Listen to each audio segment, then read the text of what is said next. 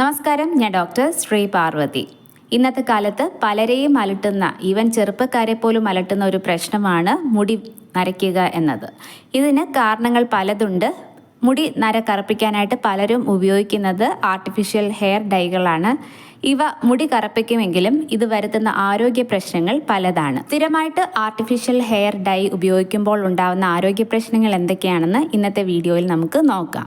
ഇന്ന് കണ്ടുവരുന്ന പല ഹെയർ ഡൈകളിലും PPD എന്ന ഒരു കണ്ടന്റ് അടങ്ങിയിട്ടുണ്ട്. ഇത് നല്ല കറുപ്പ് നിറം നൽകുന്നത് തന്നെയാണ് ഇത് ഉപയോഗിക്കാൻ കാരണം. ഇത് ഉപയോഗിച്ചു കഴിഞ്ഞാൽ പലർക്കും അലർജി പ്രശ്നങ്ങൾ ഉണ്ടാവുന്നുണ്ട്. പലർക്കും BP വല്ലാതെ കുറയുന്ന അവസ്ഥ വരെ എത്താറുണ്ട്. ചർമ്മത്തിന് പല പ്രശ്നങ്ങളും ഉണ്ടാകാറുണ്ട്.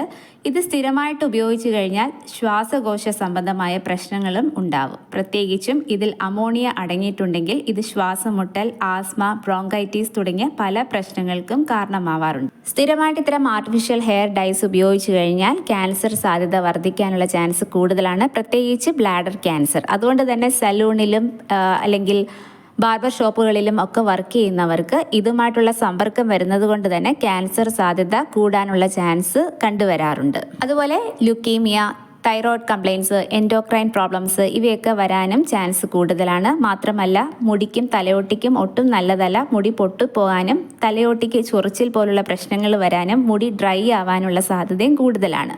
സ്ഥിരമായിട്ടുള്ള ഇത്തരം ആർട്ടിഫിഷ്യൽ ഹെയർ ഡൈയുടെ ഉപയോഗം ഇൻഫെർട്ടിലിറ്റി പ്രശ്നങ്ങൾക്ക് കാരണമാവാറുണ്ട്. പല കെമിക്കലുകളാണ് ഇതിന് കാരണമാകുന്നത്.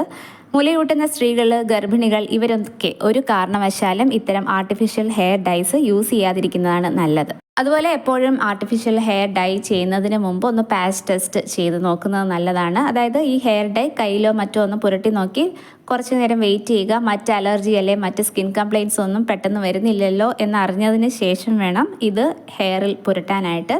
അതുപോലെ ഇത്തരം കെമിക്കലുകൾ കൂടുതലായിട്ട് അടങ്ങിയ ഹെയർ ഡൈസ് പുരട്ടുമ്പോൾ എപ്പോഴും വായു സഞ്ചാരമുള്ള മുറിയിൽ നിന്ന് വേണം പുരട്ടാൻ. ഇത് കെമിക്കലുകളുമായുള്ള സമ്പർക്കം കുറയ്ക്കുന്നു. എപ്പോഴും കൃത്രിമമായിട്ടുള്ള ഹെയർ ഡൈ ഉപയോഗിക്കുന്നതിന് പകരം ഹെന്ന, ഇൻഡിഗോ പൗഡർ, നീലാമരി ഇതെല്ലാം പൊടിച്ച് ഉപയോഗിക്കുന്നതാണ് നല്ലത്. ഇത് മുടിക്ക് ദോഷവുമില്ല, മുടി നന്നായിട്ട് വളർത്തുകയും ചെയ്യും, മറ്റ് അലർജി പ്രശ്നങ്ങളൊന്നും ഉണ്ടാക്കുകയില്ല.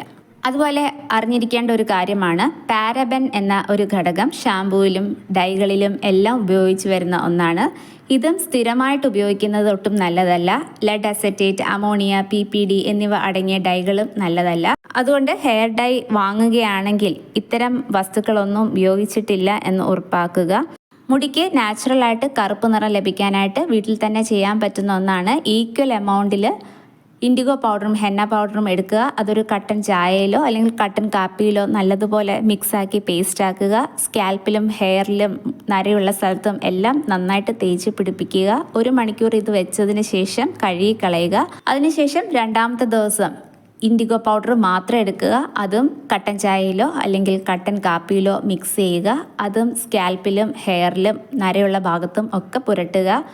അങ്ങനെ പുരട്ടി ഒരു 2-3 ദിവസം ഇങ്ങനെ റിപ്പീറ്റഡ് ആയിട്ട് ചെയ്യുമ്പോൾ നല്ല രീതിയിലുള്ള കറുത്ത നിറം മുടിക്ക് ലഭിക്കുന്നതായിട്ട് കണ്ടുവരാറുണ്ട്. ഇതൊന്ന് ട്രൈ ചെയ്ത് നോക്കാവുന്നതാണ്.